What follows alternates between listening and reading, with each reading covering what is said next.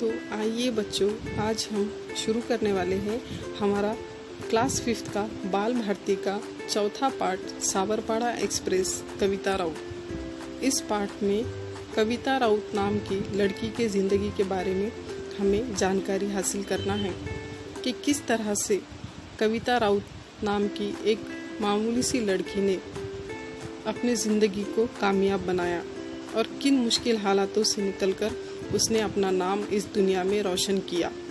कविता राउत को सावरपाड़ा एक्सप्रेस के नाम से भी जाना जाता है क्योंकि वो किसी एक्सप्रेस से कम नहीं भागती हैं। कविता राउत एक बहुत ही उम्दा रनर है, यानी कि भागने वाली, जिसको हम रनर कहते हैं। उन्होंने अपनी मेहनत और काबिलियत से एक अलग मुकाम हासिल किया है। तो इस पाठ में हम उनकी ज़िंदगी के बारे में मालूमात हासिल करने वाले हैं। तो चलिए फिर हम उनकी ज़िंदगी के बारे में जानते हैं। दुर्गम भागातील रस्ते म्हणजे मातीचा धुराळा, पाण्यासाठी वणवण करणे हा रोजचा दिवस। दुर्गम भागातील रस्ते यानी कि ऐसी जगह जहां जाने के लिए या आने जाने के लिए रास्ते तक नहीं है, बहुत ही दूर दराज के इलाके। मातीचा धुराळा यानी चारों तरफ मिट्टी और धूल। पाण्यासाठी वणवण करणे, पानी के लिए दर बदर भटकना। हा रोजचा दिवस, ऐसा ही रोज का दिन गुजरता था। अशा प्रतिकूल परिस्थितीत कुरकुर न करता, ऐसे मुश्किल हालातों में कुरकुर न करते हुए हार न मानता जीवन जगणे म्हणजे एक दिव्यच। हार ना मानते हुए जिंदगी जीना एक जादू ही है या एक कला ही है। अशा खेड्यापाड्यांमध्ये गुणवत्ता असते, पण ती शोधावी लागते। ऐसे खेड़ों में या गाँव में गुणवत्ता यानी काबिलियत तो होती ही है, लेकिन उसको बहुत ढूंढना पड़ता है।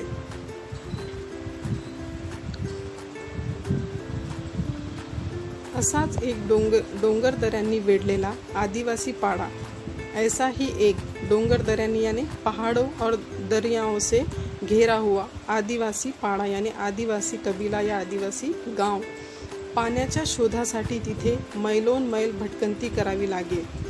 पानी ढूंढने के लिए वहाँ पे हर तरफ भटकना पड़ता था, यानी मीलों मील भटकना पड़ता था। त्याच आदिवासी पाड्यावर अनवानी पायांनी चालणारी, उसी आदिवासी गांव में अनवानी पायांनी चालनारी यानी बिना चप्पल के या पैरों में कुछ भी ना पहनने वाली लड़की, लाकूड फाटा गोळा करणारी एक मुलगी यानी लकड़ियाँ जमा करने वाली एक लड़की। तिने राष्ट्रकुल आणि आशियाई क्रीडा स्पर्धेत भारताचा दबदबा निर्माण केला। उसने राष्ट्रकुल और आशियाई गेमों में यानी खेलों में भारत का दबदबा बनाए रखा आणि ओलंपिक स्तरावर झेप घेतली और ओलंपिक के खेल में भी हिस्सा लिया। या अंतर्राष्ट्रीय धावपटूचे नाव आहे कविता राउत। इस इंटरनेशनल खिलाड़ी का नाम है कविता राउत आणि त्या पाड्याचे नाव आहे सावरपाड़ा और उसके गांव का या कबीले का नाम है सावरपाड़ा। हा पाड़ा नाशिक जिल्ह्यातील त्र्यंबकेश्वर तालुक्यात आहे। उसका गांव नासिक जिले के त्र्यंबकेश्वर तालुके में आता है।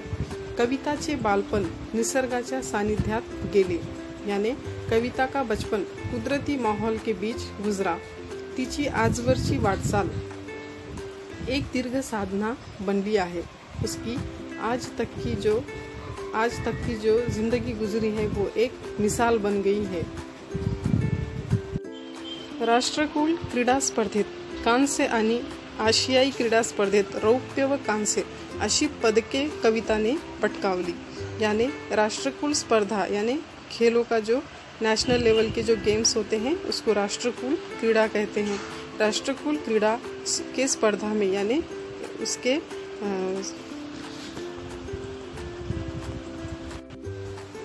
यानी कि राष्ट्रकुल क्रीड़ा के मुकाबलों में और एशियाई मुकाबलों में रौप्य और कांस्य यानी ब्रॉन्ज और सिल्वर अशी पदके कविताने पटकावली, ऐसे मेडल्स कविताने हासिल किए. लागोपाठच्या या दोन्ही स्पर्धांमध्ये भारताचे नाव उंच करणारी धावपटू म्हणजे सावरपाडा एक्सप्रेस कविता राउत. याने एक के बाद एक इन दोनों मुकाबलों में भारत का नाम ऊंचा करने वाली धावपटू यानी रनर, या जो दौड़ने के खेलों में हिस्सा लेते हैं उनको धावपटू कहते हैं. म्हणजे सावरपाड़ा एक्सप्रेस कविता राउत, यानी कि सावरपाड़ा एक्सप्रेस कविता राउत. यहाँ पर कविता राउत को एक नाम दिया गया है, सावरपाड़ा एक्सप्रेस. चीनमधील गुआंगझू येथे झालेल्या आशियाई क्रीडा स्पर्धेत, यानी कि चीन में एक जो शहर है गुआंगझू, वहाँ पर होने वाली एशियाई क्रीड़ा मुकाबलों में, यानी एशियाई खेलों के मुकाबलों में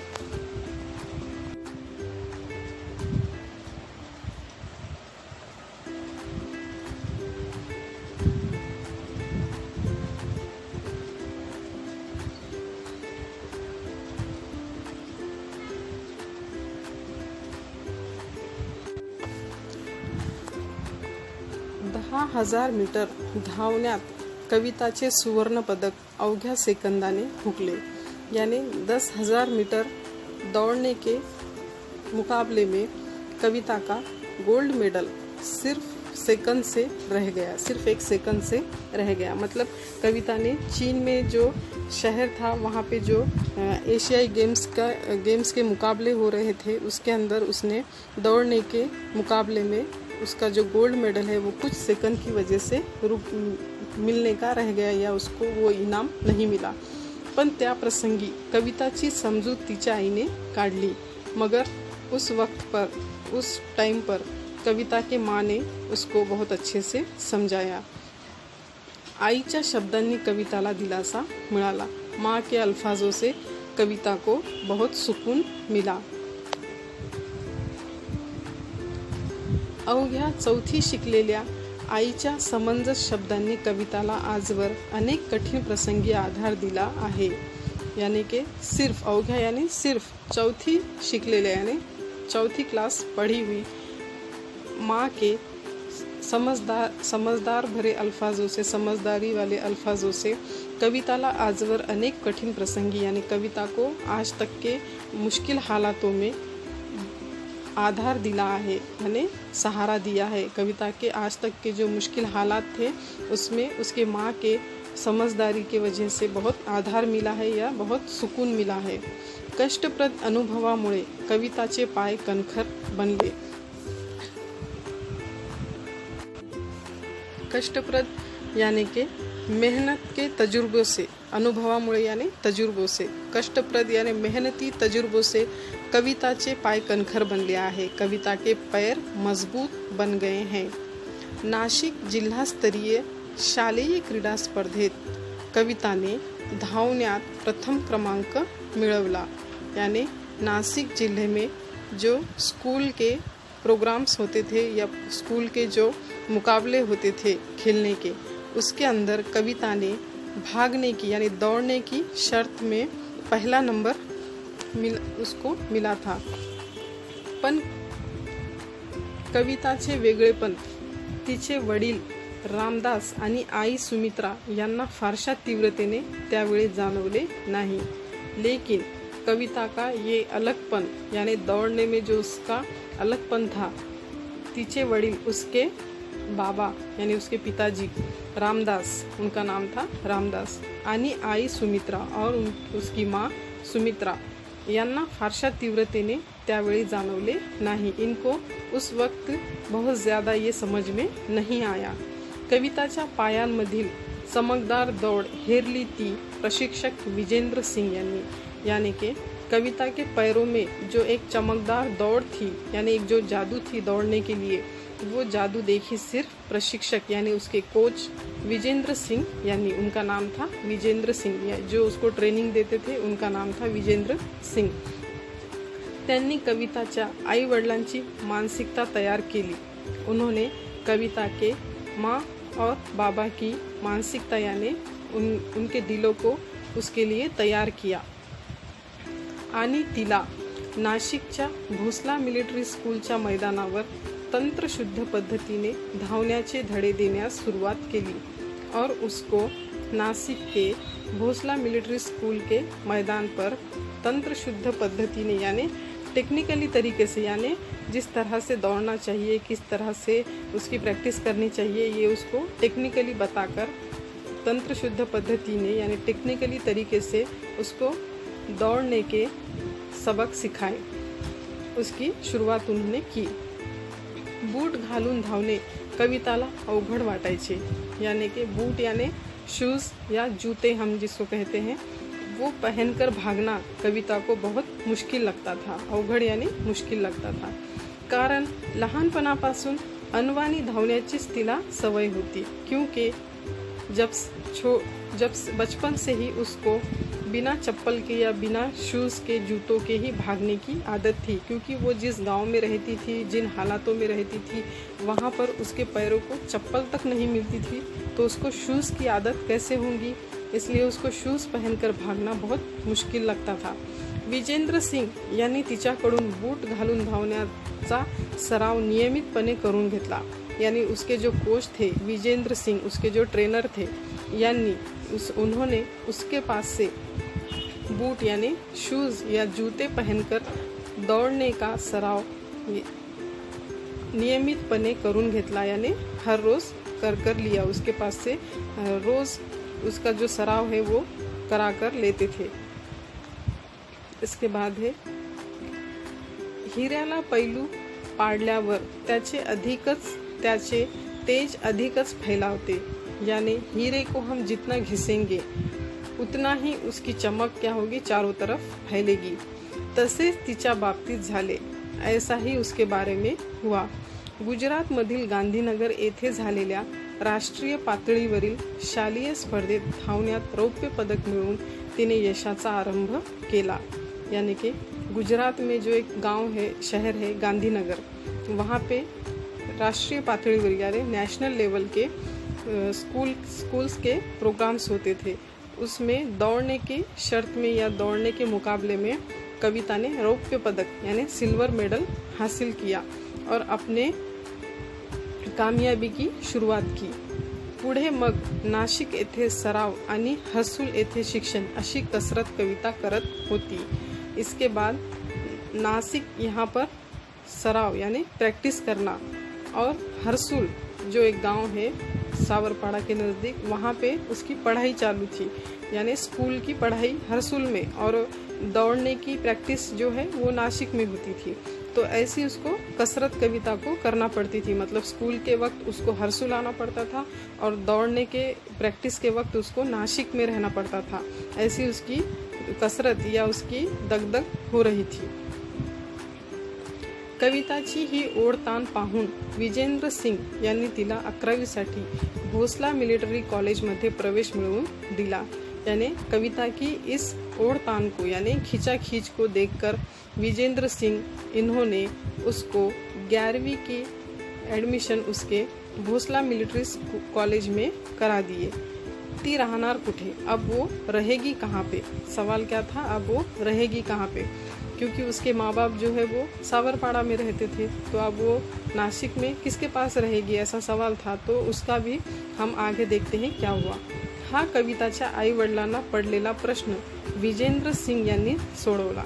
ये जो सवाल उसके माँ बाप को था कविता के कि अब वो रहेगी कहाँ नासिक में, तो इस सवाल का जवाब भी विजेंद्र सिंग यानी उसके जो कोच थे उन्होंने निकाला। 24 ऑक्टोबर 2002 पासून पुढील 5 वर्षे ती त्यांच्याच घरी राहिली। यानी 24 अक्टूबर 2002 से वो कविता 5 साल तक विजेंद्र सिंग इनके घर पर ही रही। स्वतःचाच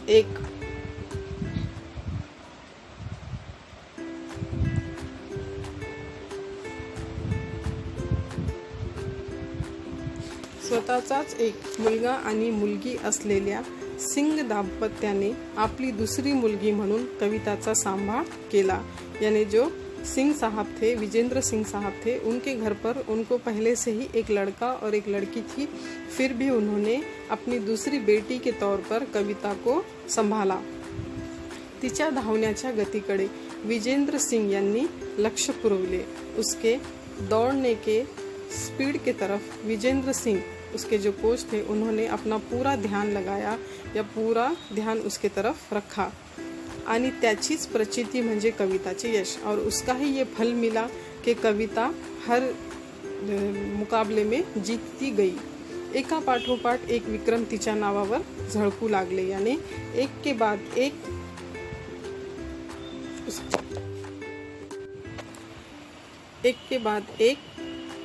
विक्रम यानी रिकॉर्ड उसके नाम पर झलकने लगे। कविताच्या यशामुळे हर्सुल सावरपाड़ा या भागास नवी ओळख मिळाली। यानी कविता के इस कामयाबी की वजह से हर्सुल और सावरपाड़ा इन गांवों को अलग सी पहचान मिली या नई पहचान मिली। आज केवळ राऊत कुटुंबालाच कविताचा अभिमान वाटतो असे नाही, यानी कि आज सिर्फ राऊत परिवार को ही कविता पर फख्र नहीं है, तर संपूर्ण हर्सुल परिसराचीच ही भावना आहे। तो पूरे हर्सुल परिसर यानी कि आसपास के जितने भी गांव हैं, उन सबको भी कविता पर फख्र है, अभिमान यानी फख्र है उनको भी कविता पर। नवी दिल्लीतील राष्ट्रकुल स्पर्धेत कविता जिंकल्याचे जाहीर होताच हर्सुल सावरपाड़ा येथे जणू काही दिवाळी साजरी झाली होती। यानी कि नई दिल्ली में जो नेशनल गेम्स हुए थे, राष्ट्रकुल स्पर्धा, कविता ने उसमें जो जीत हासिल की, उसके बारे में मालूम होते ही उसके गांव हर्सुल सावरपाड़ा थे, यहाँ पर जणू काही यानी जैसे कि दिवाळी ही मनाई गई। स्पर्धेत विजयी झाल्यानंतर कविता आपल्या गावी येणार, यानी कि उस मुकाबले में जीतने के बाद कविता जब अपने गांव आने वाली है, म्हणून सकाळपासून जो तो स्वागताच्या कामात गुंतला होता। यानी कि अब कविता अपने गांव आने वाली है, इसलिए सुबह से ही हर कोई उसके स्वागत के यानी इस्तकबाल के लिए अपने अपने काम में गुंतला यानी बिजी था या गुम था। कविताचे कौतुक करण्यासाठी गावोगावचे लोक हजारोंच्या संख्येने उपस्थित झाले होते। कविता का कौतुक यानी उसकी तारीफ करने के लिए हर गांव के लोग यानी गांव के लोग हजारों संख्येत यानी हजारों के तादाद में वहां पर उपस्थित यानी हाजिर हो गए थे। लेकी भोवती निर्माण झालेला वलय यानी अपनी बेटी के आजू बाजू लोगों का ये जो हुजूम है या जो गर्दी है, तिला सत्कारासाठी घेऊन जाण्यास येणाऱ्या आलिशान गाड्या और उसको उसके इस्तकबाल के लिए ले जाने के लिए जो आलिशान गाड़ियाँ आई है, पत्रकारांचा गराळा, यामुळे आपली लेक लई मोठी झालीये याचे समाधान तिच्या आईच्या डोळ्यामध्ये सहज वाचता येत होते। यानी कि अपनी बेटी को जो लोग मिलने आए हैं, उसके आजू बाजू जो गर्दी है, उसके इस्तकबाल के लिए जो लोग आलीशान गाड़ियाँ लेकर आए हैं, उसके आजू बाजू पत्रकार का जो एक हुजूम है, ये देखकर उसके माँ को ऐसा लग रहा था कि मेरी बेटी, माझी लेक, आपली लेक यानी मेरी बेटी लई मोठी झाली यानी बहुत बड़ी हो गई है याचे समाधान, इसकी खुशी, इसका सुकून तिच्या आईच्या डोळ्यामध्ये सहज वाचता येत होता। उसके माँ की आंखों में सहज यानी अच्छे से दिखाई दे रहा था। कविता बंगळूर येथे विशेष प्रशिक्षणासाठी गेली असताना रोज किमान एकदा तरी आईशी फोनवरून बोले। यानी इसके बाद कविता अपने गांव से निकलकर बंगळूर यानी एक बंगळूर नाम के सिटी में विशेष प्रशिक्षण यानी खास ट्रेनिंग के लिए गई और वहाँ से रोज़ किमान एकदा तरी और रोज़ कम से कम एक बार तो भी आपल्या आईशी फोनवरून बोले, अपनी माँ से फ़ोन पर बात कर लिया करती थी। यावरून त्या माई लेकीचे गहिरे नाते दिसून येते। इस पे से हमको ये दिखता है कि उन माँ बेटी में कितना पक्का रिश्ता था। कविता सांगते, आईशी बोलल्यावर मनाला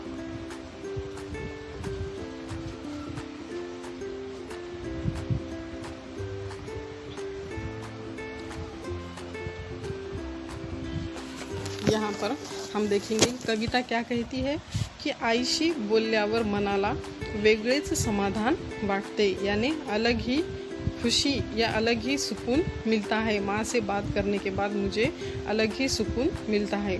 दिवसभरात जे झाले ते सर्व मी आईला सांगते, यानी दिन भर में जो कुछ भी हुआ वो मैं सब अपनी माँ से कहती हूँ। माझ्या त्रासांबद्दल मात्र तिला काही सांगत नहीं, यानी मेरी त्रास यानी तकलीफ़ों के बारे में मैं कभी अपने माँ से नहीं कहती हूँ, कारण ते ऐकून आईला उगीच वाईट वाटत राहील, क्योंकि वो सुनकर माँ को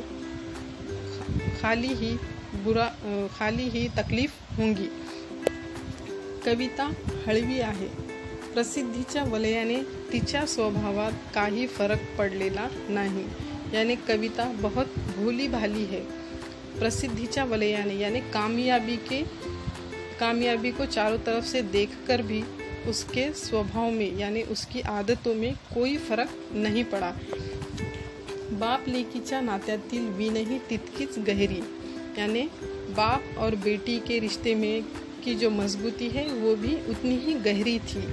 लहानपणी आपले बोट धरून चालणाऱ्या कविताच्या पायामध्ये मोठेपणी इतके बळ येईल, यानी बचपन में अपनी उंगली चलकर बोट धरून यानी उंगली पकड़कर चलने वाली चालणाऱ्या कविताच्या पायामध्ये यानी कविता के पैरों में मोठेपणी इतके बळ येईल, बड़े होने के बाद इतनी ताकत आएगी, असे तिच्या आई वडिलांना कधीच वाटलेच नव्हते। ऐसा उसके माँ बाप को कभी लगा नहीं था। कविताच्या यशाचे सर्व श्रेय ते प्रशिक्षक विजेंद्र सिंह यांना देतात। कविता के कामयाबी का पूरा श्रेय यानी उन्होंने जो मेहनत की उसका पूरा श्रेय वो किसको देते हैं? उसके माँ बाप, उसके जो कोच है विजेंद्र सिंह, उनको देते हैं, क्योंकि उनकी वजह से ही कविता आज इतनी बड़ी रनर बन गई और अपने देश में और विदेश में नाम रोशन किया। जेव्हा कविता प्रतिकूल आर्थिक परिस्थितीशी झगड़त होती, यानी जब कविता मुश्किल हालातों से गुजर रही थी, यानी जब उसके पास पैसा या और ज़रूरत की चीज़ें नहीं थी, आर्थिक यानी पैसे की परेशानी परिस्थिति यानी प्रतिकूल परिस्थिति में यानी आर्थिक जो पैसे की तंगी थी उस हालात में परिस्थिति में यानी हालात में लड़ रही थी, तेव्हा तिला आर्थिक मदद मिळावी म्हणून तब उसको पैसे की मदद मिलने के लिए जो भेटेल त्या प्रत्येकास विनंती करण्यात विजेंद्र सिंह यांनी कोणताही कमीपणा वाटू दिला नहीं, यानी जो भी विजेंद्र सिंह को मिलता था उसको वो कविता को मदद करने के लिए कहते थे। इसमें उन्होंने कभी कमीपना यानी अपन खुद को कम नहीं समझा या कोई कमपना नहीं माना। तेव्हा त्यांनी कमीपना वाटू दिला असता, यानी तब उन्होंने अगर इसमें शर्मिंदगी महसूस की होती तर कदाचित आज कविता या स्थानापर्यंत पोहोचू शकली नसती। तो शायद आज कविता जहाँ पर है वहाँ पर कभी नहीं पहुँच सकती थी। गेल्या काही वर्षापासून कविता कुटुंबापासून दूर राहत असली तरी तिने सर्वांचे प्रेम जपले आहे, यानी पिछले कुछ सालों से कविता अपने कुटुंब यानी परिवार या अपने घर के लोगों से दूर राहत असली यानी दूर रह रही है, तरी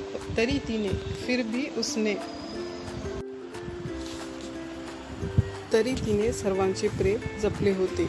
यानी कि पिछले कुछ सालों से कविता अपने घर परिवार से दूर रह रही थी, फिर भी उसके दिल में सबके लिए मोहब्बत और प्यार था। घरचे सण समारंभ यानी घर के जो प्रोग्राम्स होते थे या जो सण समारंभ होते थे, उत्सव यामध्ये प्रत्यक्ष सहभागी होता येत नसल्याची खंत कविताला वाटते।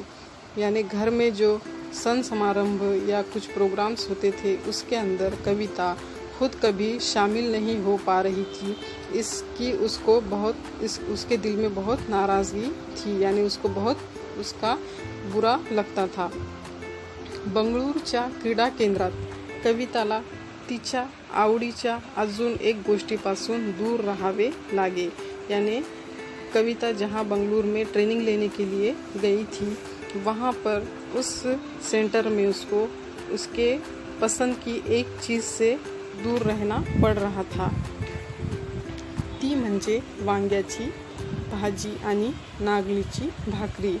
वो था बैगन की सब्ज़ी और नागलीची भाकरी। नागलीची भाकरी यानी कि नागली एक तरह से एक अनाज है, जैसे हम गेहूँ, ज्वारी, बाजरी खाते हैं, उस की रोटी खाते हैं, उसी तरह से ये नागली भी एक अनाज है जिसकी रोटी बनाकर खाई जाती है।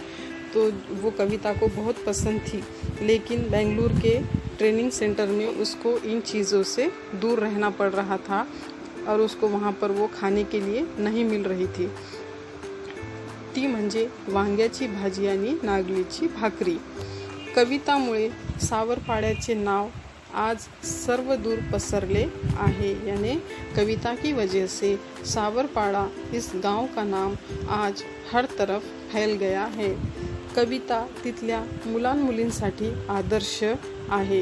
यानी कविता वहाँ के बच्चों के लिए, उस गांव के बच्चों के लिए आइडियल बन गई हैं। यानी वहाँ के बच्चे उसकी तरह बनने की कोशिश कर रहे हैं या उसको अपना आइडियल मानते हैं। आज कविता भारतातील अव्वल धावपटू आहे। यानी आज कविता भारत की सबसे अव्वल धावपटू यानी रनर यानी भागने वाले धावपटू है। पीटी उषा या धावपटूला ती आपला आदर्श मानते। यानी हमारे भारत की जो पहली महिला है पीटी उषा, ये भी एक धावपटू है, उनको वो अपना आदर्श मानती है। आदर्श यानी अपना आइडल मानती है। ती खूप मेहनती आहे, वो बहुत मेहनती है। धावण्याचा सराव ती मनापासून करते। यानी रनिंग की प्रैक्टिस सराव वो अपने दिल से करती है। आपल्या प्रशिक्षकांनी दिलेल्या छोट्या मोठ्या सूचनांचे कटाक्षाने पालन करते। यानी उसके जो ट्रेनर थे उन्होंने दिए हुए छोटी मोटी जो सूचनाएं यानी हिदायतें हैं, उसका कटाक्ष से यानी पूरा पालन। आपल्या प्रशिक्षकांनी दिलेल्या छोट्या मोठ्या सूचनांचे कटाक्षाने पालन करते। यानी कि उसके जो ट्रेनर है उन्होंने दिए हुए छोटे मोटे सूचनांचे यानी हिदायतों का कटाक्षाने यानी पूरी तरह से वो पालन करती थी या उसको साबित करती थी। कविताचे म्हणणे आहे, मेहनत करणे आपल्या हातात असते। कविता का कहना है कि मेहनत करना अपने हाथ में होता है। मेहनत हाच उद्दिष्टांकडे ध्येयांकडे नेणारा महामार्ग आहे। यानी मेहनत ही अपने ख्वाहिशों और मकसद की तरफ ले जाने वाला रास्ता है। हा महामार्ग आपल्या यशाकडे नेतो। यही रास्ता हमें अपने यश की तरफ यानी अपने तरक्की की तरफ ले जाता है। आपले जीवन आपणच घडवतो, यानी कि अपनी ज़िंदगी हम खुद ही बनाते हैं। कोणत्याही खेळाडूसाठी शारीरिक तसेच मानसिक तंदुरुस्ती ही महत्त्वाची असते। यानी किसी भी खिलाड़ी के लिए शारीरिक यानी जिस्मानी तसेच मानसिक यानी हमारे दिमागी जिस्मानी और दिमागी तंदुरुस्ती ज़रूरी होती है, महत्त्वाची यानी ज़रूरी होती है। कविता सरावात कधीच कसूर करत नाही। यानी कविता कभी भी अपने प्रैक्टिस में कोई गलती नहीं करती है।